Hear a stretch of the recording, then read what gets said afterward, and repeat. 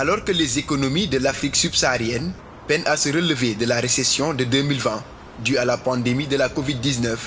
les pays de la région sont maintenant confrontés à de nouveaux défis économiques, exacerbés par le conflit russo-ukrainien et les changements climatiques.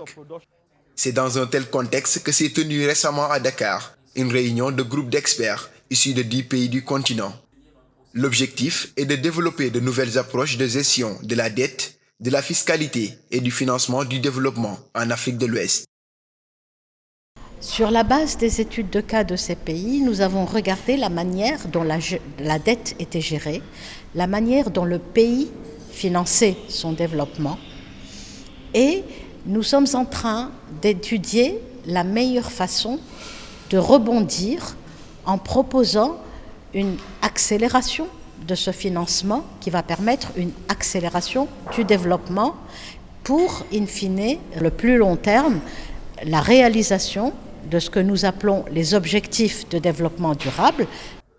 Cette réunion, organisée conjointement par l'IDEP, l'Institut africain de développement économique et de la planification des Nations Unies, et l'OSIWA, devra fournir une plateforme de discussion, d'appropriation des résultats de la recherche par les pays membres.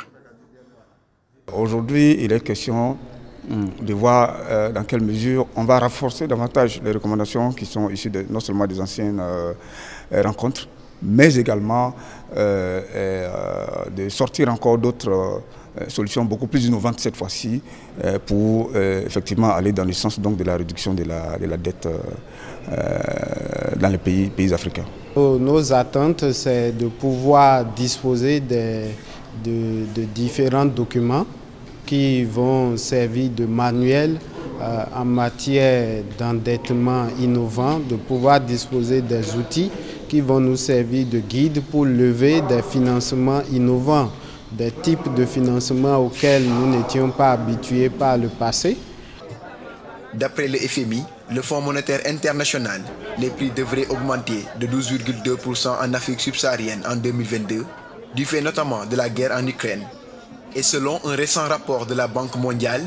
faute d'un vigoureux plan de relance pour faire repartir la machine, le continent risque de perdre les efforts, les résultats et les gains de 10 années de croissance économique continue.